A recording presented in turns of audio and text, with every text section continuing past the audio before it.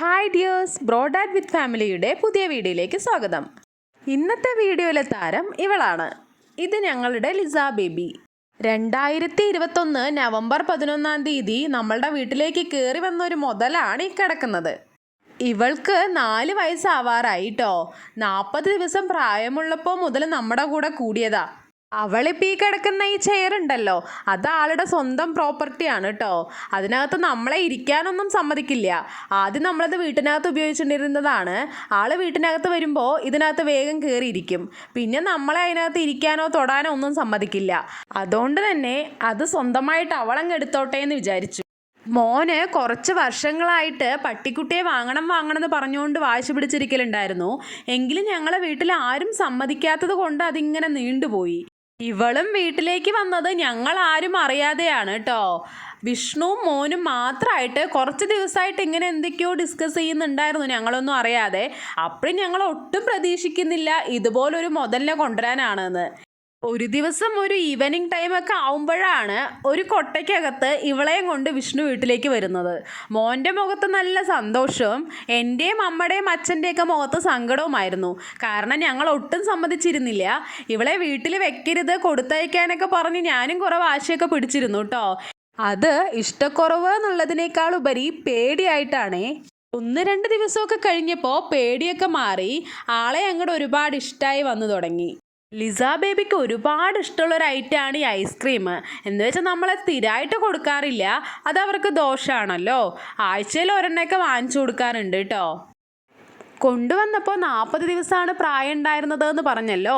അതുകൊണ്ട് തന്നെ ഭയങ്കര കുറുമ്പുമായിരുന്നേ.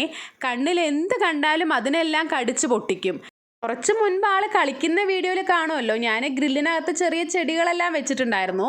വന്നെത്തി 2 ദിവസത്തിൽ തന്നെ അതിനെല്ലാം തട്ടി താഴെയിട്ട് ആ ചെടികളെ മൊത്തം നശിപ്പിച്ച് കളഞ്ഞിരുന്നേ. സീസണ് നടത്തിപ്പിക്കാനായിട്ട് ഏട്ടൻ റോട്ടിലോട്ട് ഇറങ്ങിയിട്ടുണ്ട്. അതിൻ്റെ ബാക്കിൽ അനിയനും ഓടുന്നത് കണ്ടോ. ലിസയ്ക്ക് നമ്മളിവിടെ ഒരു കൂടൊക്കെ വാങ്ങിച്ചിരുന്നെങ്കിലും ഒരു ദിവസം പോലും അവൾ അതിനകത്ത് ഉറങ്ങിയിട്ടില്ല എന്ന് പറയുന്നതിനേക്കാൾ നമ്മളതിനകത്ത് ഉറക്കിയിട്ടില്ല എന്ന് വേണം പറയാൻ. കാരണം വന്നപ്പോൾ മുതൽ ഇവള് വീട്ടിൽ നമ്മളുടെ ടെറസിലാണ് കിടക്കുന്നത്. കൂട് വാങ്ങിച്ച സമയത്ത് പകൽ സമയത്ത് കൂട്ടിനകത്ത് ഇട്ടാലും രാത്രി വീണ്ടും മുകളിലേക്ക് തന്നെ കൊണ്ടുപോകുമായിരുന്നു. ഇപ്പോൾ ആ പകല് കൂട്ടിലിടുന്ന പരിപാടിയും അങ്ങോട്ട് ഒഴിവാക്കി. പുറത്തിറങ്ങിക്കഴിഞ്ഞാൽ വീട്ടിനകത്തേക്ക് കയറാൻ ആൾക്ക് ഒട്ടും ഇഷ്ടമല്ല കേട്ടോ. അതുകൊണ്ട് തന്നെ നമ്മൾ എടുത്തിട്ട് പോയിട്ട് വേണം ഗേറ്റിൽ കെട്ടാൻ. ഗേറ്റ് എത്തിക്കഴിഞ്ഞാൽ ആൾക്ക് വെള്ളം മസ്റ്റാണ്. വെള്ളം കുടിക്കുന്നതിൻ്റെ കൂട്ടത്തിൽ കാലുകൾ കൂടെ നമ്മൾ കഴുകി വിടാറുണ്ട്. എന്നിട്ട് ആ ഗേറ്റിനകത്ത് തന്നെ കുറച്ച് സമയം കെട്ടിയിടും കാലൊക്കെ ഉണങ്ങാനായിട്ട്.